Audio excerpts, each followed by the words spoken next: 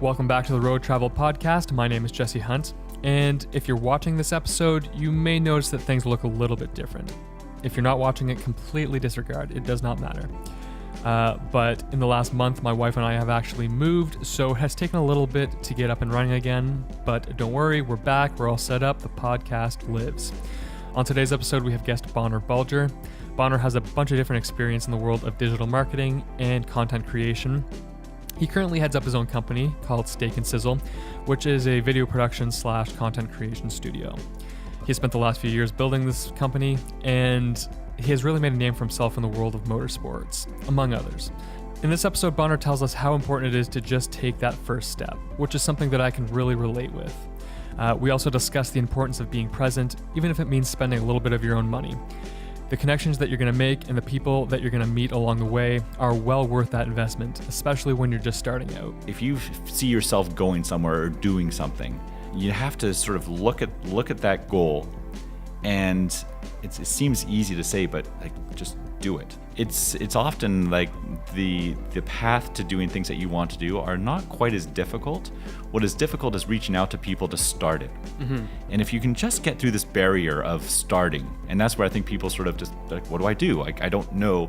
If you can just find a way to get past that first step and have that first conversation with somebody about, the next step, you can get to anywhere you want to go if you take that first step. Yeah. And it's not as scary as you think. And then don't be afraid to, spend a bit of money to be somewhere. Half the battle is showing up.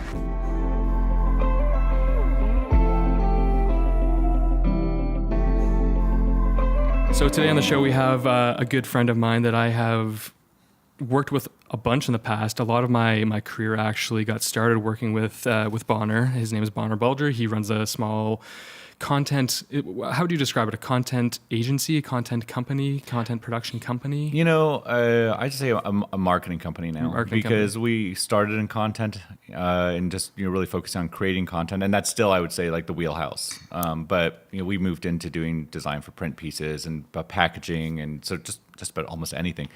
We were moving out of our office today, and one of the guys said, because we were packing up one of my cars, and with all hard drives and computers and everything, and he's like, "Oh, we probably pretty good moving company too, because we're efficient at that." So, yeah, we're a marketing company, I would say.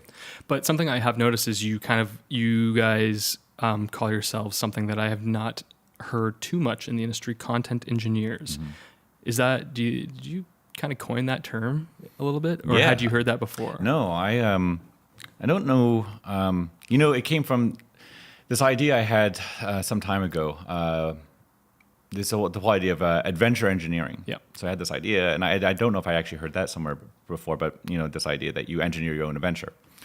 And there's a whole another story there, but I'll let it go for now. But content engineering came about because it's what I feel is that there's a lot of people out there that create content creators. They produce content as videos and photography and all these other kinds of wonderful things. But often the method of distribution these days is a bit complicated because there are different formats or different sizes. Facebook and Instagram and Vimeo and big screen and on and on and on. So the idea as I was building this company was like, you have to engineer that. You have to think about what you're doing ahead of time. Not just pre-production, but like on Facebook, most people don't listen to audio. So if you're going to create content, make sure that you understand what your distribution channels are, Facebook, whatever it happens to be, and then, you should probably have big text.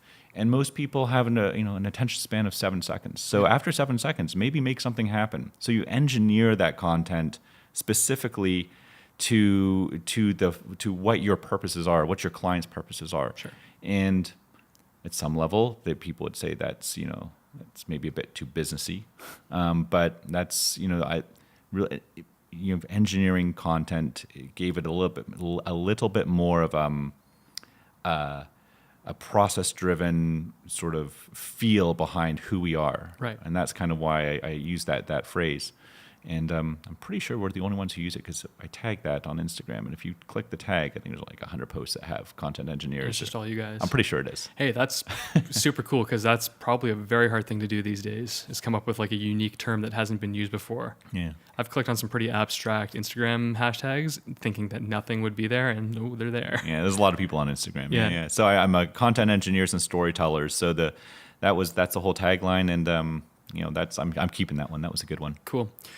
So when we first met, you were working at a company called 7 Communications based out of Oakville, and I this is one of my favorite memories. And honestly, I was telling Lindsay the other day, my wife, that the project that we actually worked on the day that we met, because we met at a car dealership, at Roy Foss, and we I just showed up with my camera, you showed up, we didn't really have a concept in mind, and we didn't have anybody to be in it.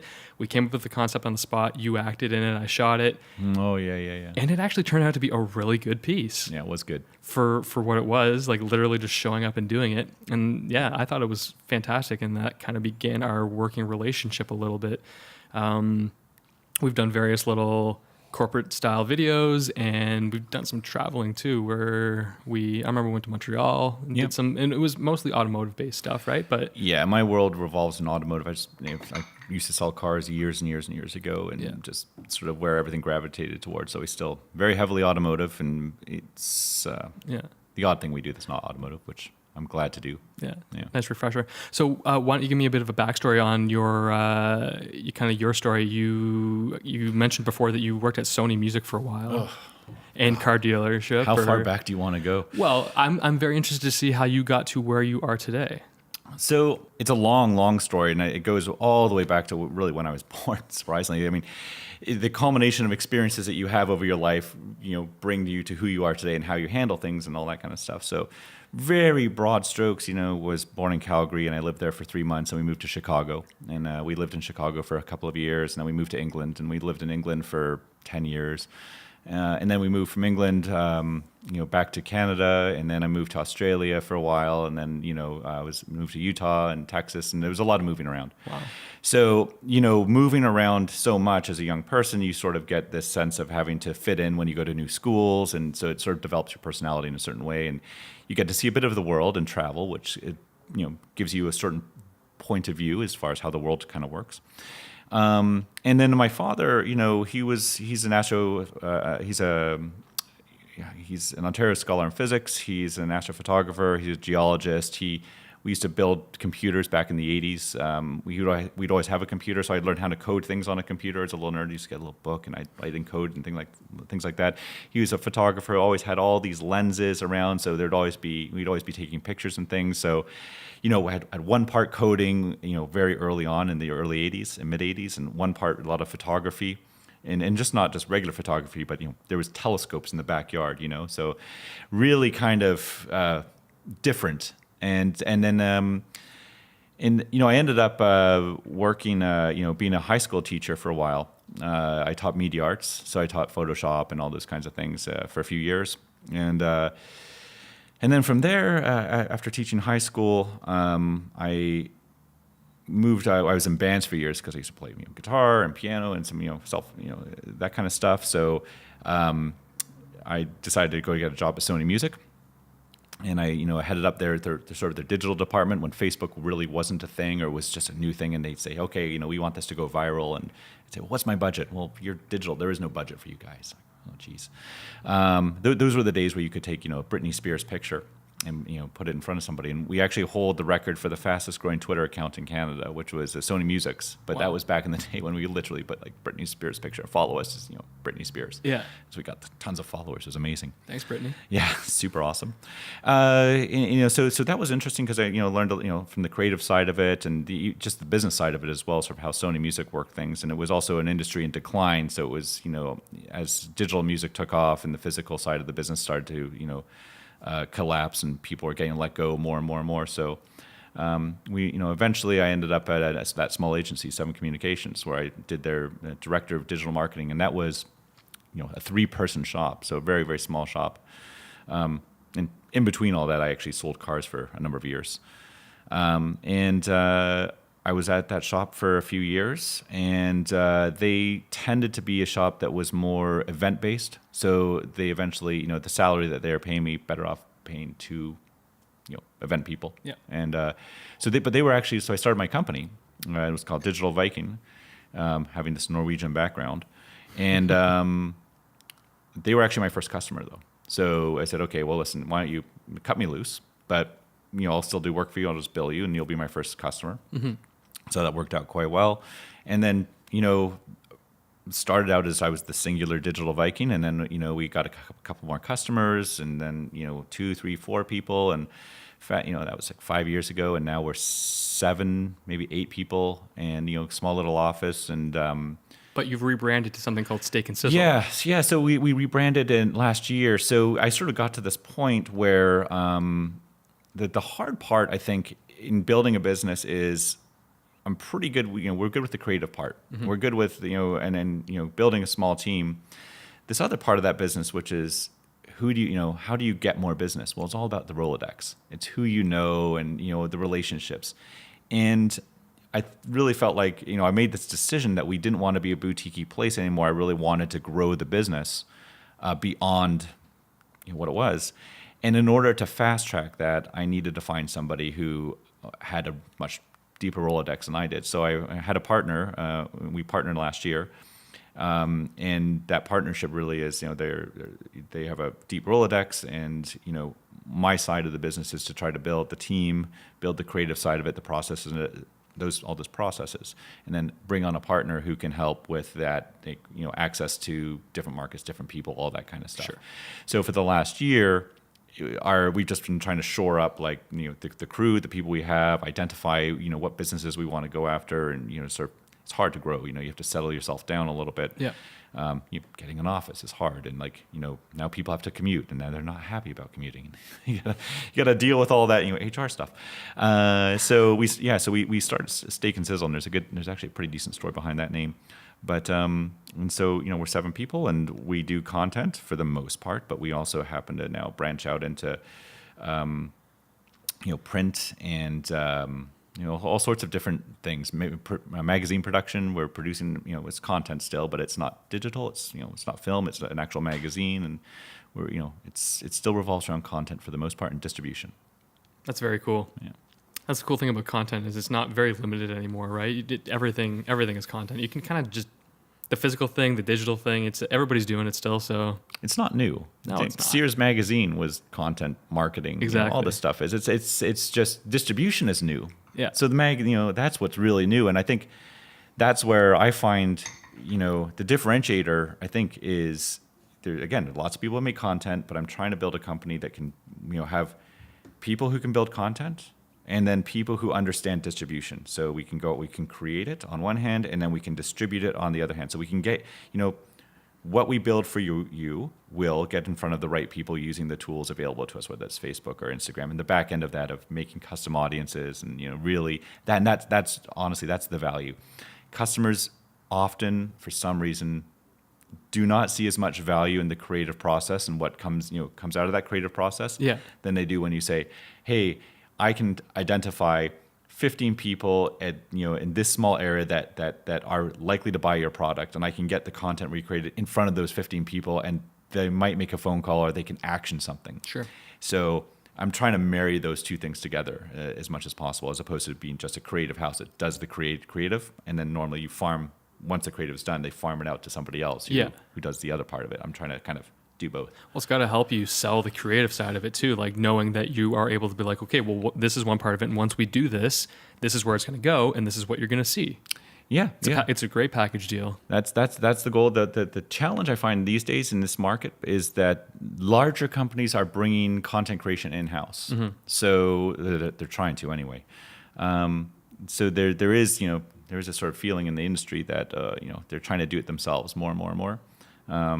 Because the tools of production have become cheaper. Like your Android phone or iPhone or whatever it is can take amazing video and all these other kinds of things. So the feeling in the world out there is, why don't we hire a few people to do this in house? Mm-hmm. We can get iPhones and we can get tripods and whatever else.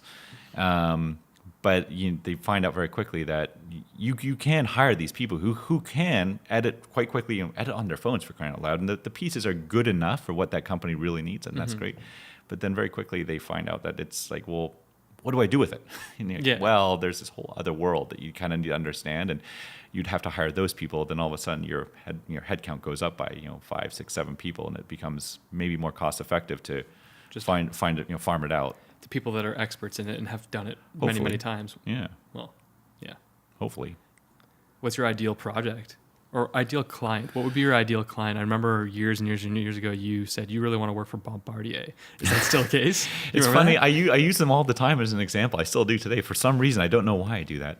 I don't know. I think the ideal client is a couple of things. So number one is long term. We were talking about this earlier, where clients for the most part are agencies come and go. Every 3 years, there seems to be a review of agencies, and we're going to get somebody new.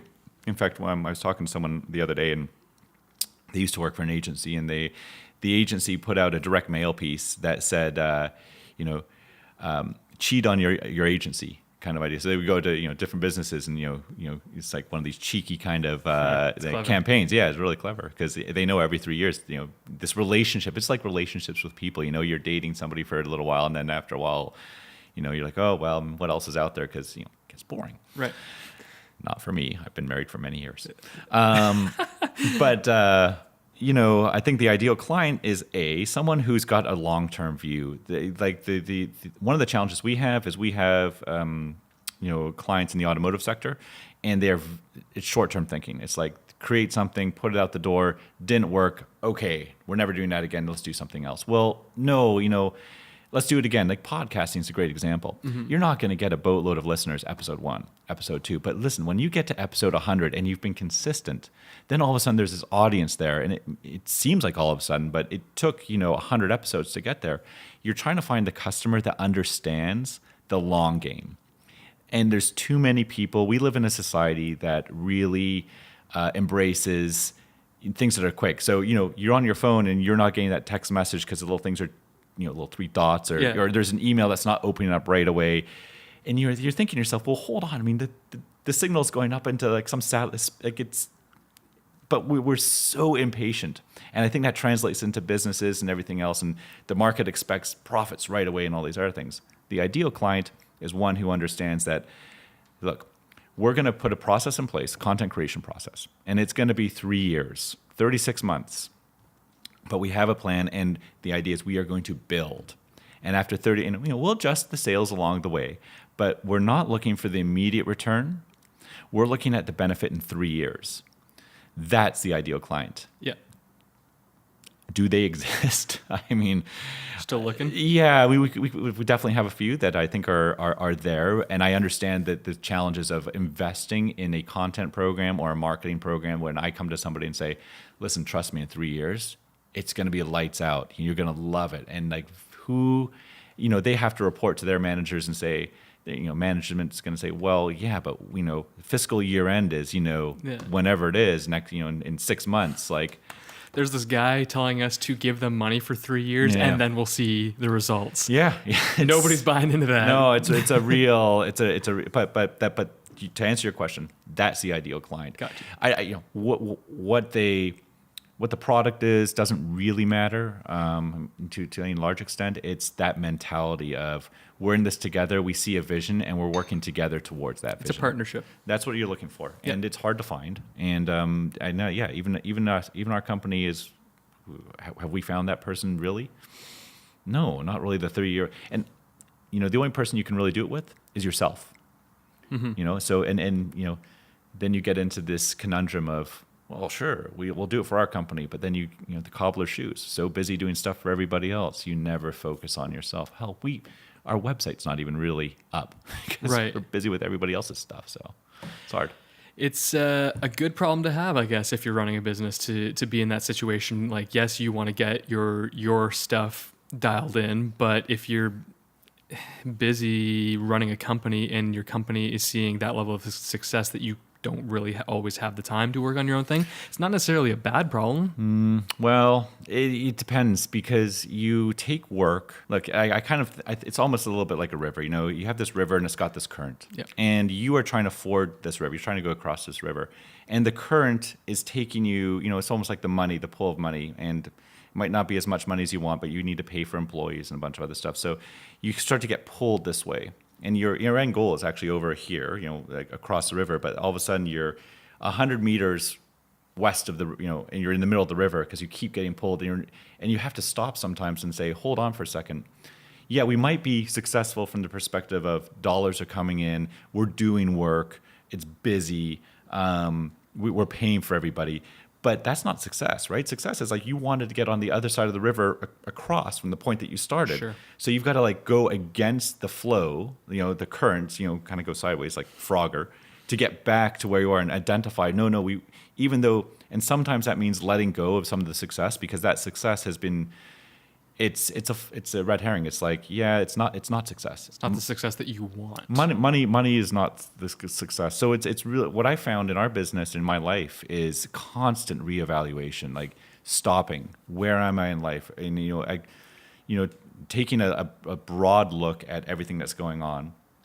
And it's hard to do because every day I'm sure in your world, super busy, just like in the weeds, do, and you're not thinking holistically about your life. You're kind of always thinking about other stuff, but you're very right. You do have to consciously kind of like shut that down for a bit. And I'm curious because I want to ask, like, how do you do that? I actually schedule it in the calendar. So I think you need there was I saw it on Instagram not so long ago, some little post that said, you know, if it doesn't get scheduled, it doesn't get done. Right. And I realized for me at the very least, I literally put into the calendar, like we're having we just had a offsite company meeting, but just only 4 people. So small group of people to spend 5 hours together in one room. And just, that's what we talk about. So it was scheduled. And if I don't schedule the time to do that, then it doesn't get done. Mm-hmm. I just like every day is like, you got to wake up, you have your calendar, you have your meetings, whatever you have to do. So I think it's really, for me, it's really important to actually physically put it into a calendar. And then, a week before that meeting or that event takes place, I try to limit the amount of other meetings or projects or anything else because I want to sort of schedule in time to think. To think about it. Yeah, because you don't want to get to that day and, okay, 5 hours, I'm going to start now and start thinking about my life or the business or whatever it is. You kind of want to go into that meeting with a checklist already, and then you have 3, small room, 3 or 4 people. Never have more than that because then you're just not as nimble, and you have a conversation about where you are. Are you in the right space? And I think you need to have that almost twice a year, every 6 months. You should always stop, I think, and say, okay, are we cool? Are we in the right space? In our business, the other thing that kind of happens in this business from the distribution side and even the production side, mm-hmm. Technology changes so quickly. Opportunities come and go because opportunities that did not exist a year ago because a platform didn't exist, all of a sudden are kind of here. And if you're not stopping and like taking the time to sort of consider what's new and are there new distribution platforms? Are there new customers out there? The the freelance economy is growing. Can we leverage these people more? If you're not stopping to think about that every 6 months, if you're waiting every year, I almost think that's too long. I think you always have to stop and reevaluate. Yeah. And then, that current is pushing you this way, and always try to move your way back to where you want to go. And I think it's a bit of a zigzag journey. Current pushes, go back. Current pushes, I got to get back there, but always trying to move forward. Yeah. And all of those back and forths though have so many crucial elements of learning to apply. So every time you go one way and then you come back and you're trying to recalibrate your compass or whatever it may be to get back on track, you're probably applying things that you learned from going down that the river a little bit, right? Which is I think that's crucial to building a successful business. Never stop moving forward, though, man. Like that's every single. I just don't go backwards. I don't mind it. There's lots of things where there's lots of mistakes. There's lots of failure. There's lots just this. Day in and day out, it's hard. But as long as I feel like I'm moving forward and learning from everything. But so learn, move forward. And that's why entrepreneurship, small businesses, creativity, and everything else is not for everybody. No. And it's harder than everyone thinks it is. And we look on Instagram and all these other things, and it looks like, great and easy. And this person made, Series A funding or whatever the hell that stuff is. But like, honestly, man, it's like, got 2 kids. I've got, Halloween parties and birthday parties and, hockey and, all these other things. But, you have to just keep moving forward in small increments and learn from everything, but keep moving forward. Don't stop. How important is patience when it comes to all of this stuff? It's an interesting question. Because I can say this from experience. Now, I do not have children. And so that you know about. That I know, yeah. Lindsay. Yeah. So I can't really imagine doing what you're doing and then having that on the side too. So I imagine that you must have a great deal of patience, not because children require patience, but just because life is busy. Mm-hmm. Business is busy. Business is difficult, like you just said. And everything's kind of, it's a long game. So how does patience play a role in how you do things? It's interesting. So the reason I say it's interesting because we had a project yesterday, and it was live stream. So we're live streaming a tiny little 4-minute segment. So it's live stream. There was 3 cameras set up, and it's the first time we've used this software. And I said to the customer, I was like, we basically came in to have a bit of a meeting because we're working on this live streaming project for the year, and I brought in some hardware and just to sort of demo it and say, hey, look, here's some cameras. This is how it works and everything else. And I said, like, we need to be patient and we need to map out your production schedule and what you're going to talk about for the next November and December, and we'll organize it and let's just slow down a little bit. Mm-hmm. And that was great. And then, at the conclusion of the meeting, the guy, he was like, let's go do a live stream right now. And I'm like, whoa, well, we haven't really tested this out. Maybe we should do like a test thing. And nope. And so we all went down and, we set up this live stream. So on one hand, and it turned out the live stream, we did it, and it was actually pretty good. I mean, it wasn't perfect, obviously, because it was like literally set up, and he was telling people, okay, you're going to say this, and you're going to say this. But it was interesting because where I was sort of coming from this, be patient, we're going to go do this kind of thing.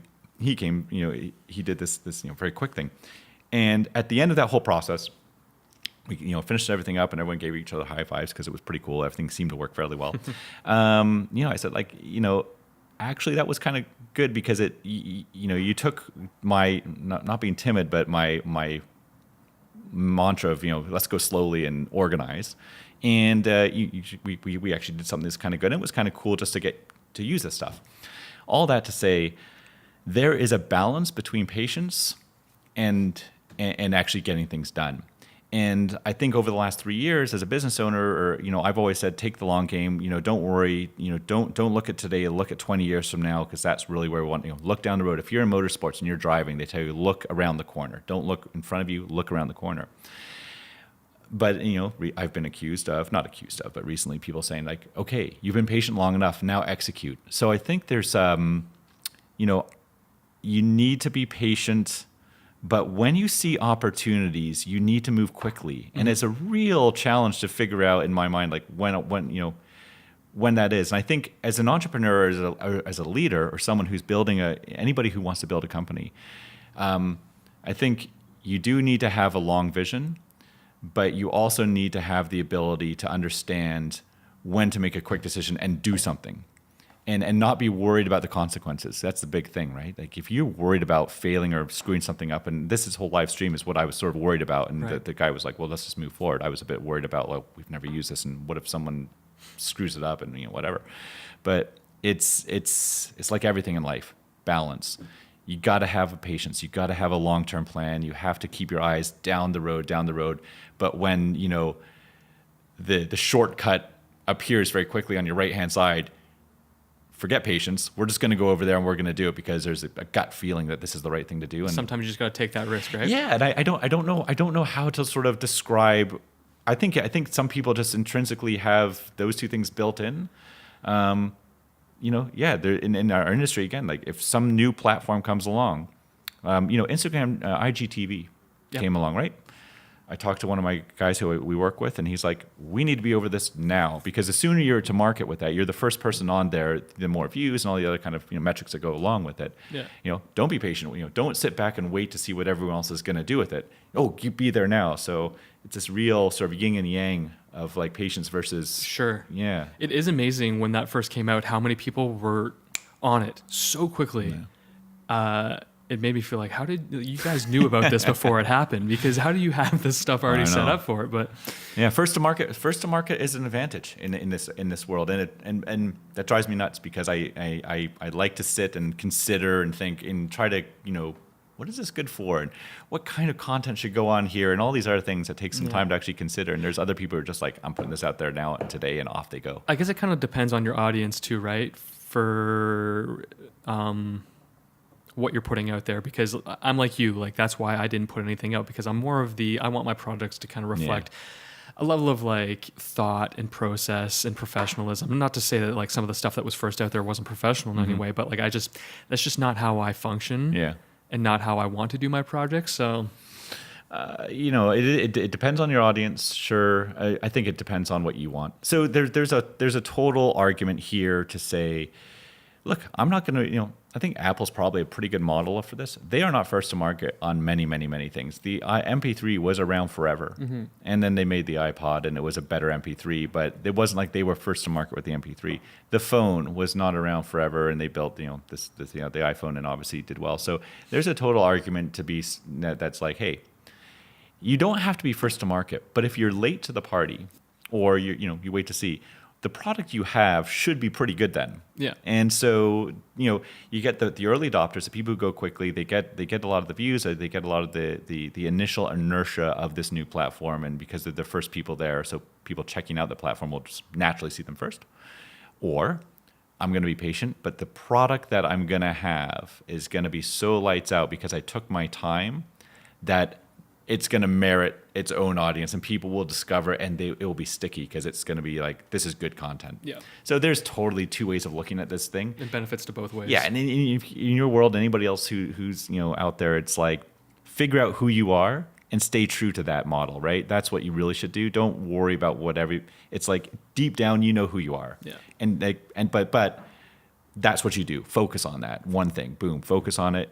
Stay true to, if you want to do long form content, you want to do considered stuff, and a new platform comes out, then figure out how that platform works for you. Take 2 or 3 months, whatever it is, and then create something awesome. That's what I would do. That's some damn good life advice. Someone should record this. Yeah.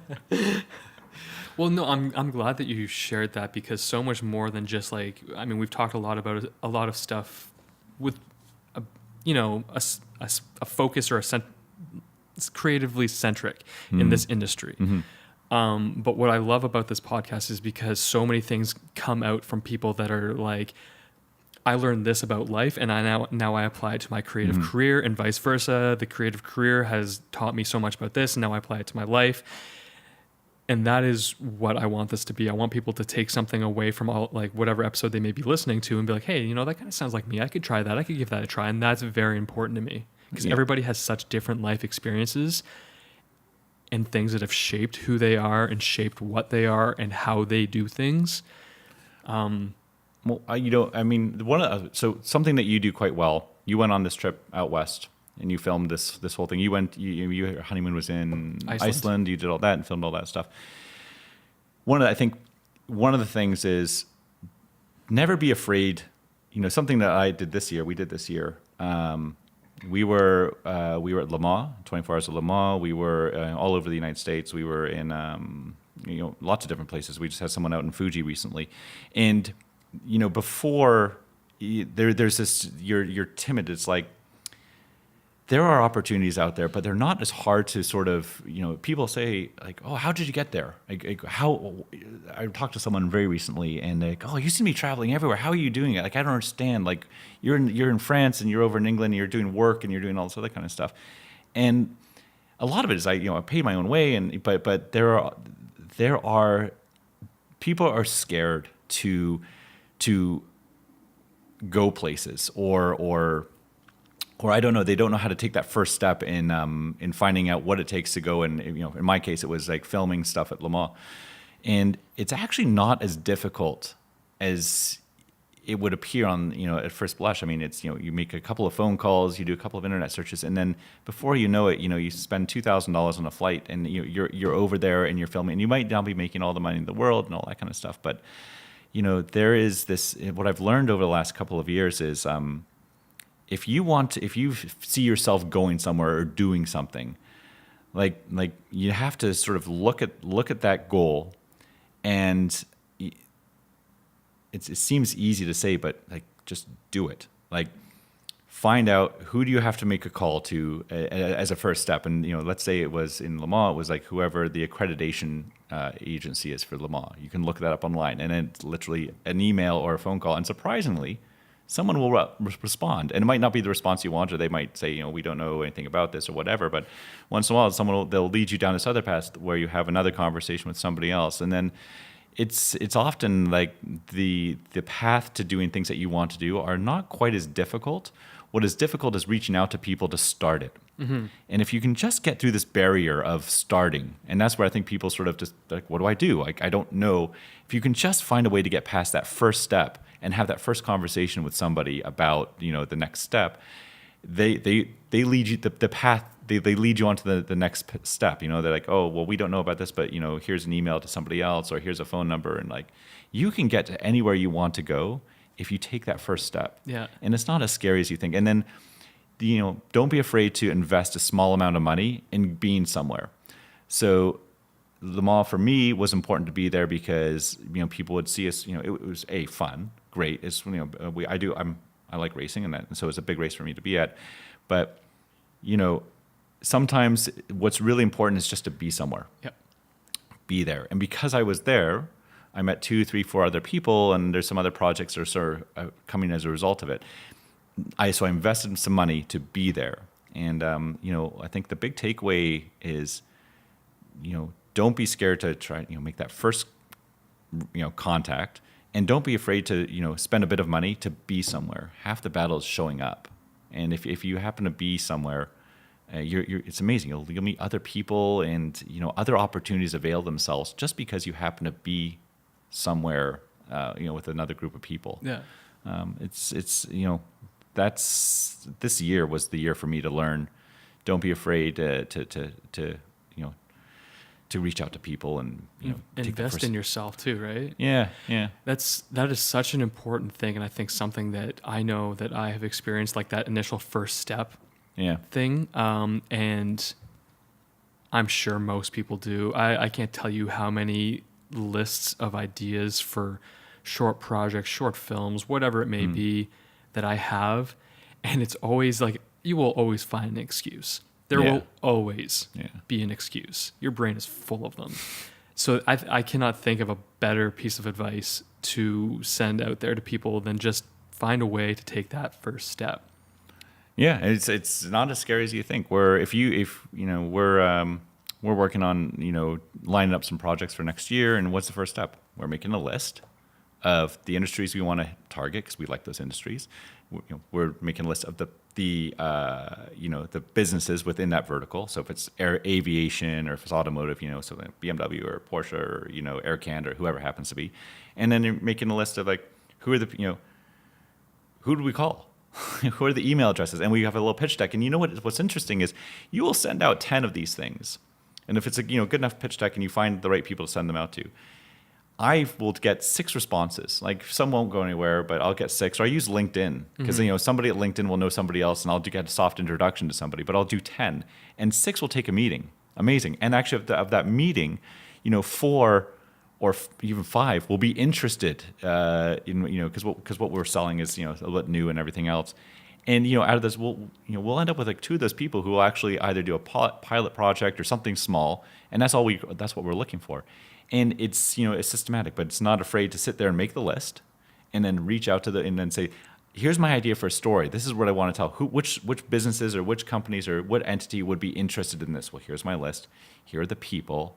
And I'm just going to systematically reach out, and you'll be surprised. Like 10 of them, 4 of them will get back to you, and those 4 will open up doors to just other people potentially. And it's like, but it's that first step of sending something out, and it surprises me.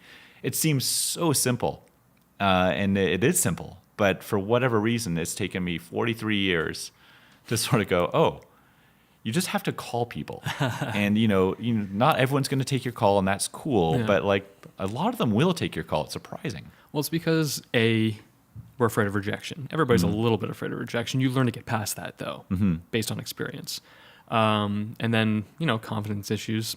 For me, like, some people are just naturally confident, but, like,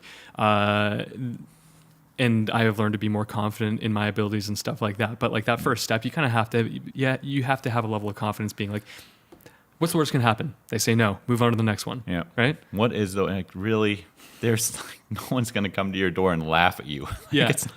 It's not that hard. And, the email doesn't come back, and that's fine. But yeah, I mean, I guess so. And I'm lucky that I've been maybe back to the beginning here, where I've traveled so much, and I moved around with my family so much that there's this part of me that's sort of immune to that, because I've learned maybe how to deal with it. But and it's like that first step, and so that first step, and just being there. Another great example is even smaller scale, right? Forget about going places or being far away or everything else. But if there is an event or a party or whatever it is, and I'm very guilty of this, but 9:30. Listen, I go to bed at 9:30 at night. I'm tired. I get up at 5 in the morning. I'm like this crazy early bird kind of guy. Get more work done at 5 in the morning because no one in the house is up. The kids are, it's super easy to get work done. But there's this event. It's at 9:30 at night, and I said, well, I'm not going to go because I'm tired. I want to go back to the hotel and everything else. But I should have gone because it was it would have taken me half an hour, or maybe to get there, and it would have taken 2 or 3 hours, but the people who were at that event were, I should have been there, because there could have been other opportunities that would have availed themselves. And it's because if you're not present, you're just that's it. So, just be there is such an important thing. If you're a creative and you're trying to move forward in your creative career, if you're trying to find more work, it's being present is so important. And it coincides with taking the first step, right? Like take that first step and be present. Yeah. Whether it be present in the job or present physically in wherever it is, those are just very important things. Now, I mean, here's the next question then. That's physically present. Yeah. Something else I'm not very good at doing, which I wish I was better at, is being present on social media. So it's do I post every single day? No. If I do, I know that people come up to me then and say, "Oh, we saw you were here. We saw you were here." But I'm not always present, because you can be physically present, but are you posting every day? And that's another really kind of tricky thing for me to navigate, because I don't like to do that. I'm a bit of a lazy guy when it comes to that, and I'm also very much the guy who's like, I don't know if I have enough picture that's good enough and all that kind of stuff. Right.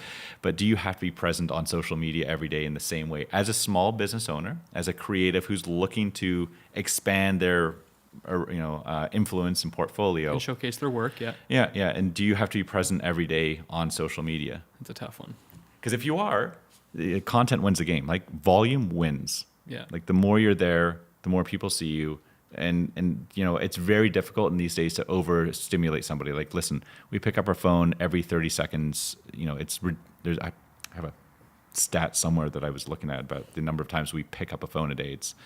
It was some small stats, like 30 times a day we pick up our phone, and I'm like, way more than that.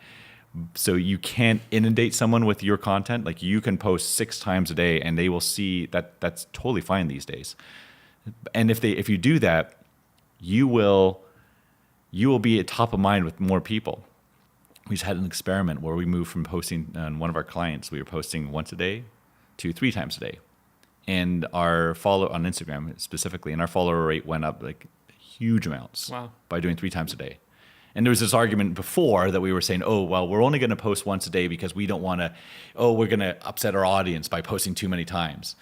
Well, it turned out to be BS, because we just did the math on this, man, and we are just like, that account is it's been stagnant for, God, at least 2, 3, 4 months, and now it's just like, it's going bananas, because 3 times a day. So as a professional, as your personal account, and you want to be present on social, do you go and say, all right, if I post 3 times a day of what I'm doing, I wonder if that's something that people should be doing. Anybody who might be listening, if that's kind of like a tactic, so to speak. So what you're saying is, just when I get a hang of like posting things once a day, I have to up.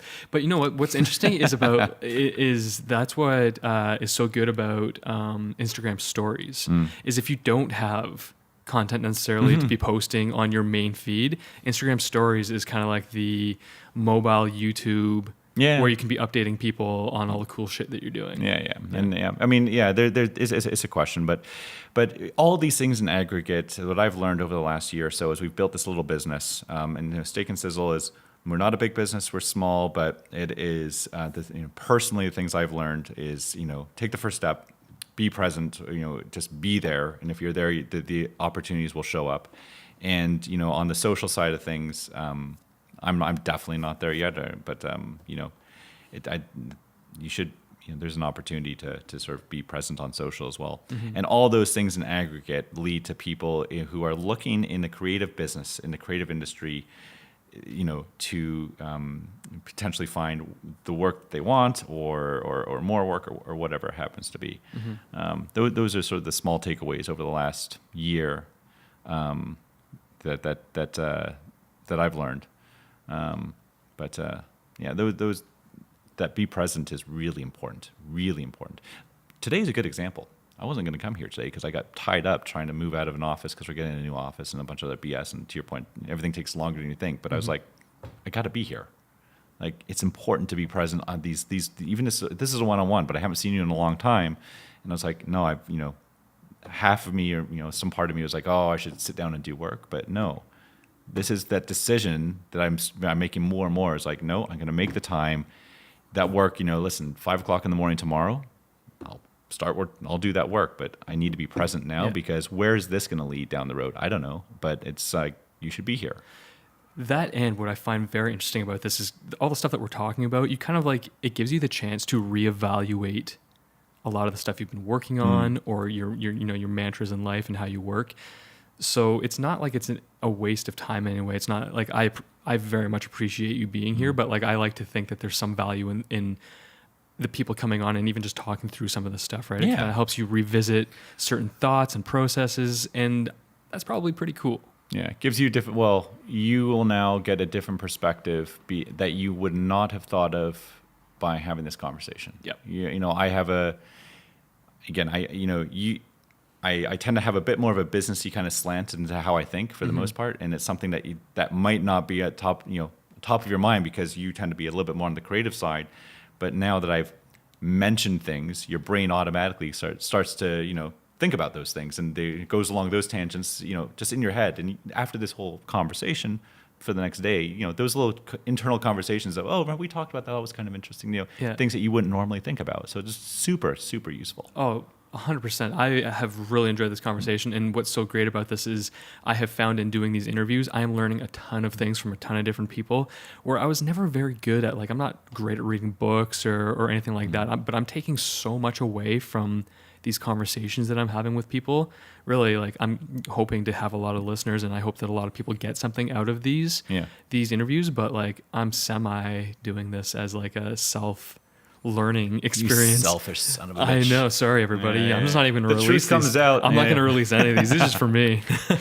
No, they're good. They're very good. And, it's I'm excited for when it all comes out. I mean, I know I think there's a lot of value. And if you get enough, different points of view, and then you put those episodes all back to back, you'll at some point get sort of this like really great kind of high level view of the creative mind and the business as well. I mean, that's what I think it's and you'll get people like me who are running small business. You'll get photographers, you'll get journalists, you'll get all these sorts of different points of view, and and then some people, interestingly, which will be really interesting, is if you start to at some point sort of get like this round table discussion where you have those different points of view, and you can have that just not argument, but discussions and points about those things. Yeah, it'd be interesting to do that, like, maybe once every couple of months, where you pick a subject and pick a group of people from different areas of life to kind of sit down and just like you said, not argue necessarily, but just like throw different ideas that they have at the dartboard or whatever, and just just discuss. Yeah, it's very interesting. Yeah, 100%. That'd be great. Yeah, I'm all in.